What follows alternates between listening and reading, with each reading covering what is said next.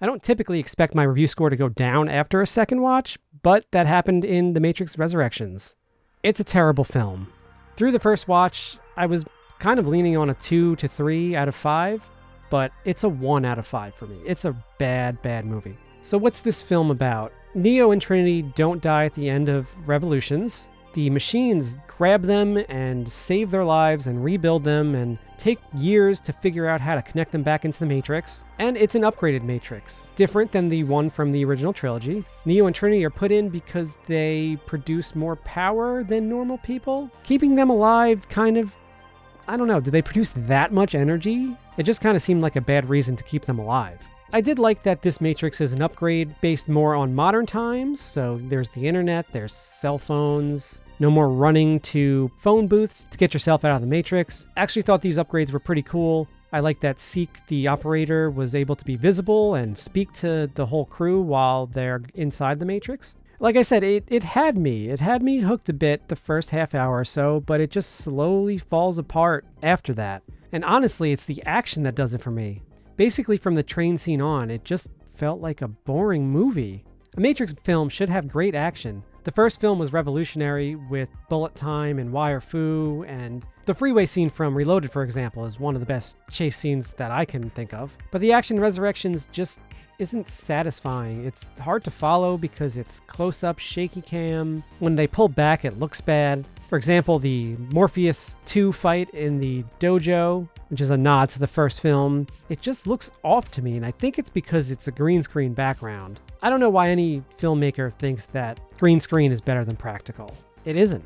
Coming back around to the story, Neo is back out of the Matrix, remembering who he was, and basically the plot of the film is to save Trinity. There's really nothing else to it. Neo wants to save Trinity, and that's it. And this is one of the big problems.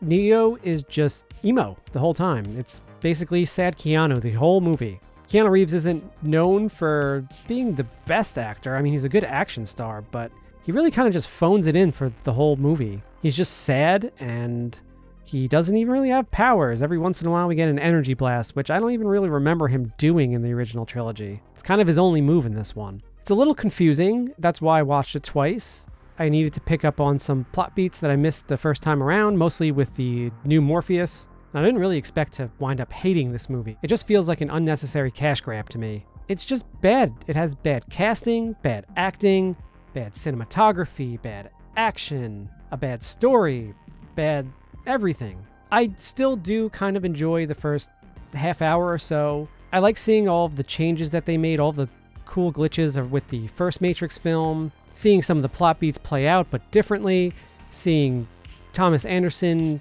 back in the Matrix, not knowing what's going on, sort of slowly descending into insanity. I found that cool.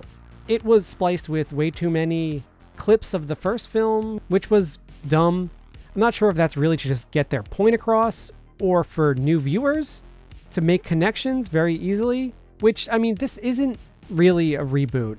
It's a sequel. You really need to have seen the original trilogy to understand anything that's going on in it. There's lots of unnecessary callbacks to the original trilogy. We get the Merovingian, who's crazy now. We have Agent Smith, who was a terrible casting choice. I just couldn't get over that yell of Mr. Anderson when he just doesn't sound like Hugo Weaving at all. And I will give Lana Wachowski credit for this one. They did want Hugo Weaving for the sequel, but it was due to scheduling conflicts that he couldn't make it. Carrie-Ann Moss was fine.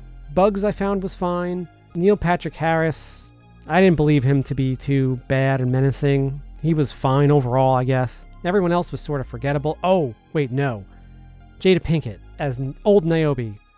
I don't know what she was doing with that old lady voice. And terrible aging prosthetics. That was a terrible choice. You should have just got someone else to do that. It honestly took me out of the film. And still, despite all these problems that I had with the film, I was still giving it a shot until we met Sati, the young program from Revolutions.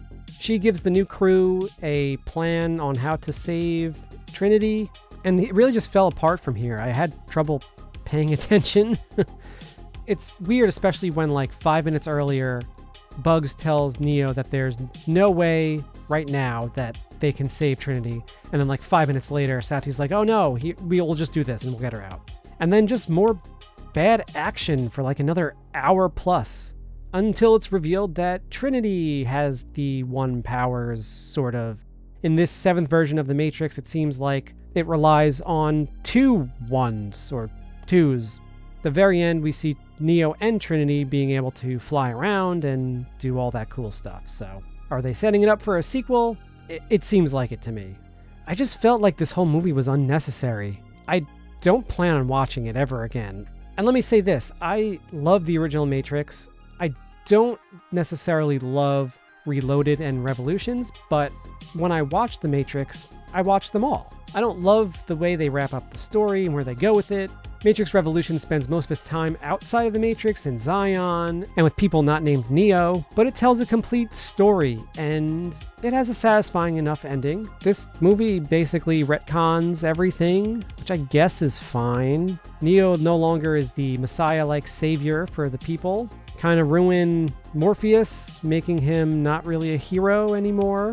And let's actually talk about Morpheus 2 a bit here. This new Morpheus was the reason why I actually needed to watch the film again. I didn't pick up on it the first time around, but this Morpheus is a combination of Neo's memories of the original Morpheus and Agent Smith kind of combined into one. And you notice this when one of the agents actually calls him Smith.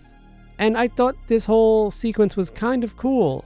The reason why Bugs is confused about seeing basically history unfold differently is because this is taking place in the video game version code or some type of program that Thomas Anderson is using to grow programs.